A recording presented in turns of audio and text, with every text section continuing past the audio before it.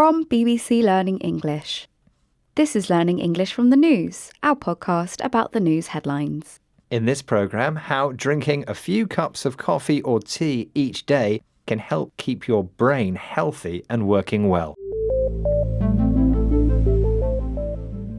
Hello, I'm Becca. And I'm Neil. In this programme, we look at one big story and the vocabulary in the headlines that will help you understand it.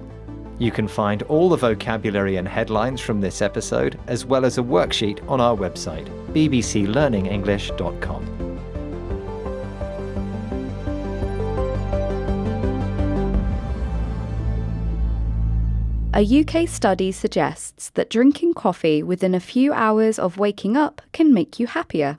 The head of the Happiness, Culture and Personality Research Group at the University of Warwick, Professor Anu Relo, explains that this may be because caffeine, the stimulant found in tea and coffee, blocks a chemical that makes us feel tired. Yes, and a stimulant is something that causes an effect or stimulates an effect. At the same time, caffeine encourages or stimulates the release of dopamine, which some people know as the happy hormone. The European Food Safety Authority recommends that adults should not drink more than 400 milligrams of caffeine per day. That's generally equivalent to 3 to 4 cups. Let's have our first headline. This is from The Standard, a British newspaper. Coffee brings happiness and may prevent stroke. 7 key points for healthy coffee consumption. That headline again from The Standard. Coffee brings happiness and may prevent stroke. 7 key points for healthy coffee consumption. This headline draws attention to how drinking coffee can prevent stroke, a medical emergency where blood stops flowing to a part of your brain. We're going to focus on the word key. Now, what can you tell us about this word key, Becca? Well, you may be familiar with the object key, which can be used to open a door. But when we use key as an adjective, we're saying that something is really important, in the same way that a key is crucial for unlocking a door. Yes, so it might be useful to think of key as a metaphor for something that gives you access, perhaps to knowledge or an idea. So, when we look at the language in the headline, it describes key points. These are the important points. Yes, and you might hear the expression key witness in a court case, for example, and the key witness is the person with really important knowledge. Yes, or in a sports team, you might have a key player. This is the player who performs the most important role. We've had key, describes something important. For example, friendship plays a key role in building social skills.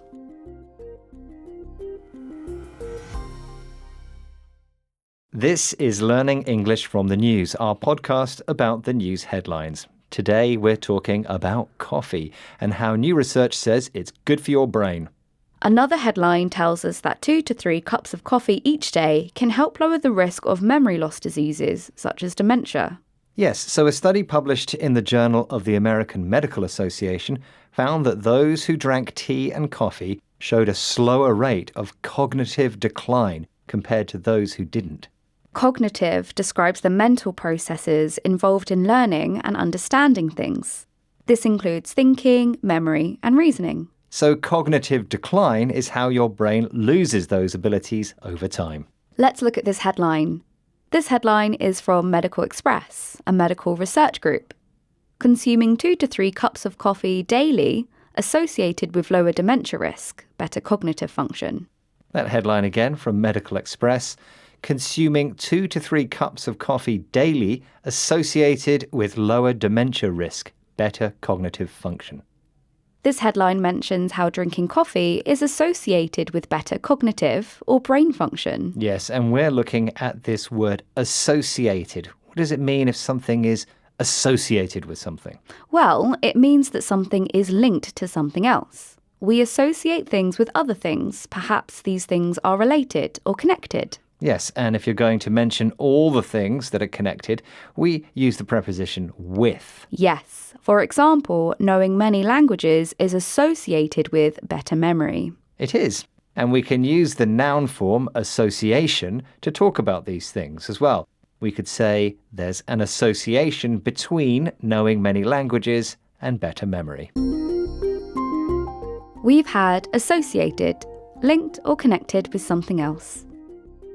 For example, doing daily exercise is associated with living longer. This is Learning English from the News from BBC Learning English. We're talking about the benefits of drinking coffee and tea. Very similar to our previous headline, this next one highlights how drinking tea and coffee helps reduce damage and diseases of the brain that happen naturally over time. Yes, it talks about brain function. A function is a specific purpose or role. When we say brain function, we're talking about what the brain does in relation to how it works to complete its purpose. Exactly. We previously mentioned the cognitive processes such as thinking, memory and reasoning. These are examples of brain functions. Let's have our next headline. This next headline is from Sky News, a British news organisation. Drinking tea and coffee may help preserve brain function and reduce risk of dementia, study suggests. That headline again from Sky News. Drinking tea and coffee may help preserve brain function and reduce risk of dementia, study suggests. This headline includes information about how drinking tea and coffee helps reduce the risk of dementia. It also says that drinking tea and coffee can help preserve brain function. What does the word preserve mean, Neil? Well, we now know that brain function is things that our brain does for us, and what we want to do is keep our brains doing them. This is what preserve means, to keep or maintain something, usually in its original state. So we often hear about preserving food, or art, or buildings. It means keeping them as much as possible in their original state. Yes, and the noun preservation is the act of keeping something that way. We've had preserve, to keep or maintain something, usually in its original state. For example, there are lots of different ways to preserve food: pickling, salting, or drying.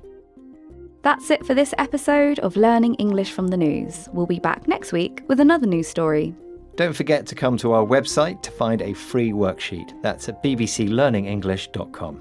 And if, like us, you drink a lot of coffee at work, why not try our series, Office English, to learn language from the workplace? You can also find the episodes at bbclearningenglish.com. And don't forget to check us out on social media, BBC Learning English. Bye for now. Goodbye.